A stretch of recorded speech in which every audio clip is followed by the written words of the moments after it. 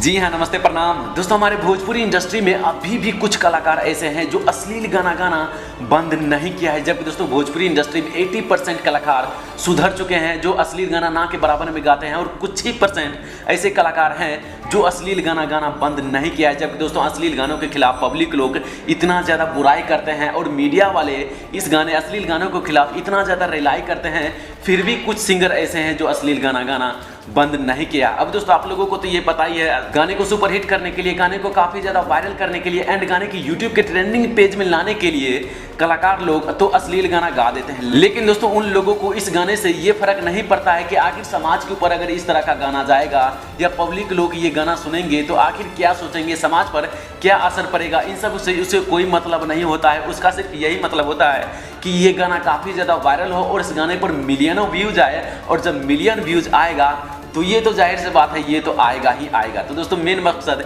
यही होता है गाने को वायरल करने के लिए, ताकि सबसे ज़्यादा ये कमाई आ पाए। तो दोस्तों हम आप लोगों को बताना चाहते हैं, ये सब कलाकार पब्लिक को बेवकूफ़ बनाने के लिए दो अर्थ में गाना को गाते हैं। जैसे कि दोस्तों आप लोगों को पता है, अगर आप उस सिंगर से किसी इंटरव्यू के दौरान मान लीजिए अगर आप पूछेंगे कि आखिर इसका मतलब क्या है, तो इसका मतलब वो पॉजिटिव रिजल्ट ला कर देगा। जबकि दोस्तों पब्लिक लोग इतना ज़्यादा बेवकूफ़ तो है नहीं कि किसी गाने को सुनकर उसका अर्थ खुद ना निकाल पाए, ऐसा तो हो ही नहीं सकता है। जबकि दोस्तों सिंगर लोग पब्लिक लोगों को बेवकूफ़ बनाने की बहुत कोशिश करते हैं, लेकिन ऐसा हो नहीं पाता है। अब दोस्तों एग्जाम्पल के तौर पर हम आप लोगों को बता दें, जब किसी कलाकार को मीडिया वाले के थ्रू या पब्लिक के थ्रू या किसी के थ्रू अगर काफ़ी ज़्यादा रिलाई हो जाता है, जब उसके ऊपर काफ़ी ज़्यादा डॉज पड़ जाता है, तो बस पब्लिक के सामने में आकर मुंह खोलना शुरू कर देगा, लाइव आकर रोना धोना शुरू कर देगा और बोलेगा मुझसे ये हो गया, मुझसे ये हो गया, फलाना धमाका, ये 100 बातें आप लोगों के बीच लाइव आकर बोल देगा। लेकिन वो लोग पहले ये नहीं समझ पाता है कि आखिर हम इस तरह का गाना क्यों आ देते हैं, थोड़ी सी व्यूज के लोभ के चक्कर में आकर बड़े सुपरस्टार की तरह गाना वायरल करना चाहते हैं। जिस तरह से खेसारी लाल यादव का भी गाना काफ़ी तेजी से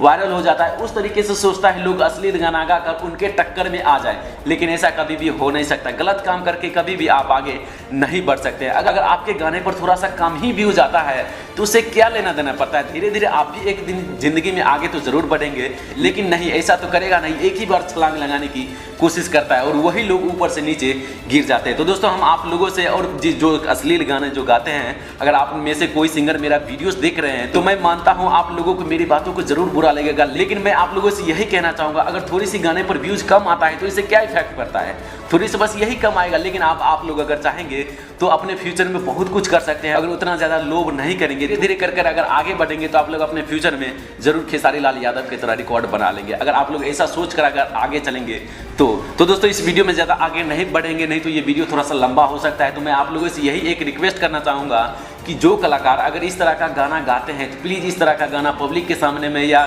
समाज के अंदर में ना फैलाए, ताकि आपको भी दिक्कत हो सकता है इससे और समाज के ऊपर में भी काफ़ी ज़्यादा इफेक्ट पड़ सकता है इस गानों के खिलाफ। लेकिन आप लोग अपने फ्यूचर में आगे बढ़ना चाहते हैं तो आप लोग ऐसा करने की कोशिश ना करें, इससे आपका फ्यूचर डाउन भी हो सकता है। तो फिलहाल दोस्तों यही था एक छोटी सी अपडेट वीडियो जो हम आप लोगों तक शेयर करना चाहते थे अश्लील गानों के खिलाफ। हमें उम्मीद है आप लोगों को ये वीडियो देखने में जरूर अच्छा लगा होगा। अगर आप लोगों को ये वीडियो देखने में अच्छा लगा तो प्लीज़ इस वीडियो को लाइक शेयर एंड सब्सक्राइब जरूर कीजिए। एंड वीडियो देखने के लिए बहुत बहुत धन्यवाद।